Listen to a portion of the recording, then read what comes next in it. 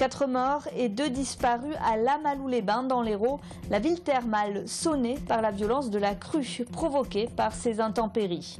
Dans le Gard, à Saint-Hippolyte-du-Fort, les habitants ne peuvent que constater les dégâts alors qu'une personne âgée est toujours portée disparue à Saint-Laurent-le-Minier.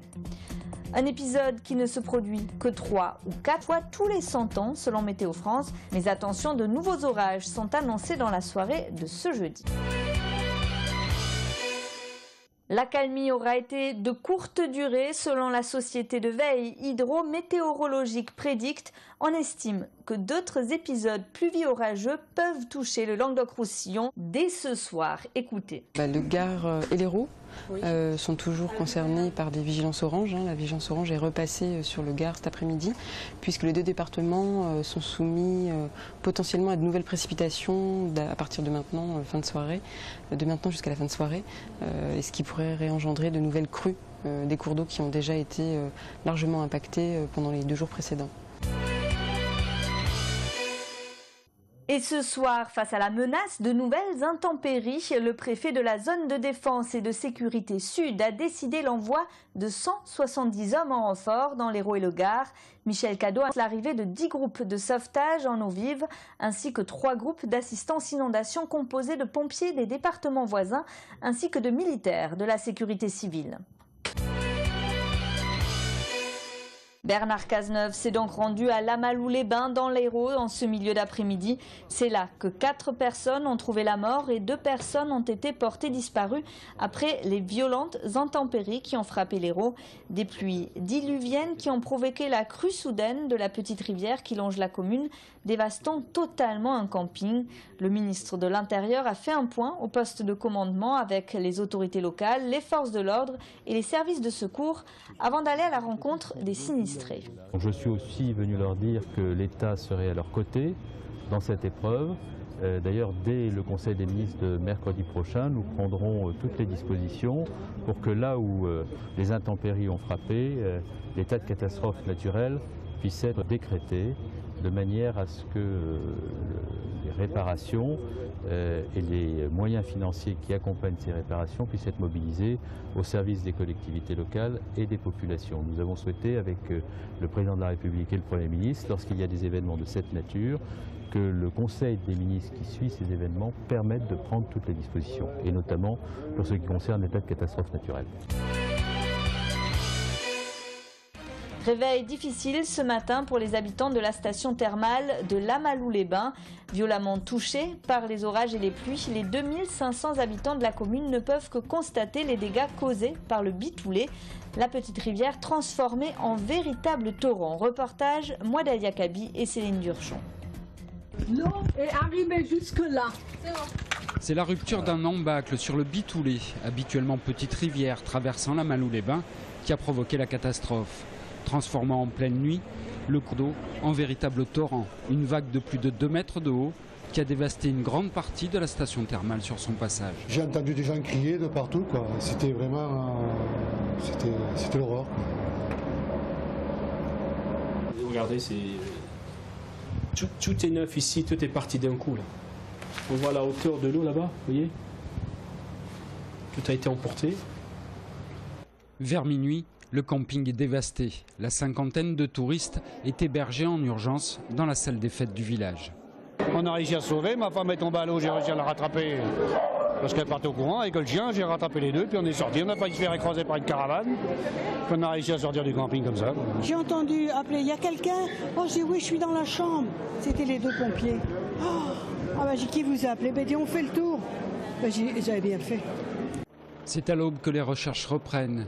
Le décompte macabre des pompiers s'établit rapidement à 4 morts et 2 disparus, toujours recherchés. La situation est catastrophique, si ce n'est qu'on se serait vu vers 3-4 heures du matin, j'attendais un bilan encore plus lourd. Bon, quand même, on a un bilan très lourd en perte humaine, puisqu'il y a 4 décès et 2 personnes disparues à l'heure où je vous parle. J'espère que ce bilan, on peut penser vers 17-18 heures ce soir, ne sera pas plus important et sera un bilan définitif. À Lamalou-les-Bains, on espère surtout que les nouvelles pluies annoncées dans la nuit de jeudi à vendredi ne provoqueront pas un nouveau drame. Météo France a relevé ces 36 dernières heures des précipitations d'un niveau rare. Sur le Languedoc-Roussillon, il est tombé entre la nuit de mardi et mercredi à ce jeudi matin, autant de pluie que pendant 3 mois d'automne ordinaire. Alors les précipitations qu'on a connues sur le département de l'Hérault ces dernières 36 heures sont exceptionnelles, on peut le dire. Alors exceptionnelles d'abord par leur intensité sur certaines communes. Toutes les régions qui entourent Bédarieux, Lodève, Lamalou-les-Bains, Saint-Gervais-sur-Marne et les Hauts-Cantons ont connu des précipitations sur 2 ou 3 heures durant la nuit de mardi à mercredi de l'ordre de 150 mm. 150 mm en 3 heures, c'est des durées de retour centenales, c'est-à-dire ça arrive en statistique une fois tous les 100 ans. Quand on regarde l'ensemble de l'épisode arrêté à ce matin, 36 heures de pluie, on a des quantités de l'ordre de 300 mm dans les communes les plus touchées. Et là, on a des durées de retour de l'ordre de 20, 30 ou 40 ans, c'est-à-dire on le constate 2, 3 fois, 4 fois dans le siècle. On peut dire que c'est un épisode de pluie particulièrement exceptionnel sur notre département. Dans le Gard, Saint-Hippolyte-du-Fort fait partie des communes les plus touchées par les intempéries de ces dernières heures. Ici, près de 280 mm d'eau sont tombés. 140 naufragés de la route ont passé la nuit dans la commune, dans le centre d'hébergement d'urgence de la Croix-Rouge. Reportage Olivier Michel. Réveil douloureux pour les habitants de Saint-Hippolyte-du-Fort. Si aucune victime humaine n'est à déplorer, cet éleveur bovin a dû, lui, ce matin, rechercher ses bêtes emportées par le Vidourle. Une tournée qui s'est avérée parfois macabre. On en a trouvé déjà 2 mortes, oui. C'est comme ça. Madame Mazon, qui habite l'ancien moulin depuis 14 ans, a vu, elle, l'eau monter à 1,20 m en 4 minutes et a conscience d'avoir échappé au pire. Heureusement qu'il n'y avait personne qui dormait là. Heureusement. C'est la chambre de qui? C'est la chambre d'une de mes filles. Et là, c'est la chambre d'un enfant. Donc, heureusement que c'est arrivé à 6 heures, qu'on l'a vu et qu'on a eu le temps de monter. J'ose pas penser ce qu'il y aurait eu si ça avait été en pleine nuit, quoi. Plus bas, c'est un autre cours d'eau, l'Argentès, qui a inondé le centre du village. À 21 h, 50 cm d'eau boueuse ont envahi les maisons. Monter très très rapidement. Et voilà, bon, après c'est rentré dans les maisons et on a essayé de sauver ce qu'on a pu, quoi. Au total, sur Saint-Hippolyte-du-Fort, les cumuls de pluie ont atteint 287 mm, ce qui a engendré la coupure de la D999 et enclenché l'ouverture du centre d'hébergement et d'écoute de la Croix-Rouge. On met en place ce qu'on appelle un centre d'accueil des impliqués. Donc c'est une première intention, c'est de l'accueil café, de l'écoute, un point où les gens puissent discuter, échanger sur ce qui leur est arrivé. Quand on arrive jusqu'à minuit, 1 heure, on discute, on a besoin de s'exprimer, mais après on commence à vraiment ressentir la fatigue. C'est là où c'est important d'anticiper les choses en mettant ce qu'on appelle un centre d'hébergement d'urgence.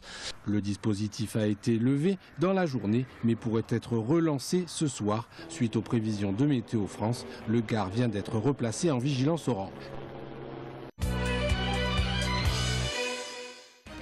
Particulièrement surveillé aussi le Vidourle qui est sorti de son lit à Sommières, inondant le centre médiéval et la partie basse de la ville. Une montée des eaux brusque qui a atteint les 4,45 m à 7 h ce jeudi matin et a surpris les habitants et les commerçants. C'est quand même monté à plus de 4 mètres, donc c'est pas... Oui, c'est pas... Ça commence à être bien. C'est rentré bien dans la ville, c'est allé jusque dans la rue Antonin Paris aussi. Et puis sur la place des Airs aussi, tout est inondé. Je réfléchis pour pouvoir traverser et accéder au centre-ville. J'ai mon magasin à Sommières, je suis tapissier à Sommières. Alors le magasin, il n'y a rien, c'est juste les caves, mais bon, surtout pour aider ceux qui sont dans les rues basses, quoi, pour pouvoir les aider un peu à nettoyer. Je prends de l'eau pour nettoyer le couloir qui a été un petit peu inondé depuis ce matin. Je pense que par rapport aux anciens, ils ont dit que c'était le fait qu'il y avait eu des grosses trombes d'eau et que la terre étant très sèche, l'eau a coulé et c'est ce qui a fait le reste, quoi. C'est ma première inondation depuis que 9 ans que j'ai repris cette boutique, donc j'avoue que voilà, c'est quand même quelque chose qui est marquant, de voir son magasin comme ça. Voilà. C'est monté très vite, on n'a pas été prévenu à temps, donc on est arrivé quand notre alarme de la bijouterie a sonné. Mais c'était trop tard, donc l'eau était déjà à l'intérieur du magasin et au niveau de 40 cm. Apparemment ils en annoncent de l'eau, donc du coup voilà, j'espère que non.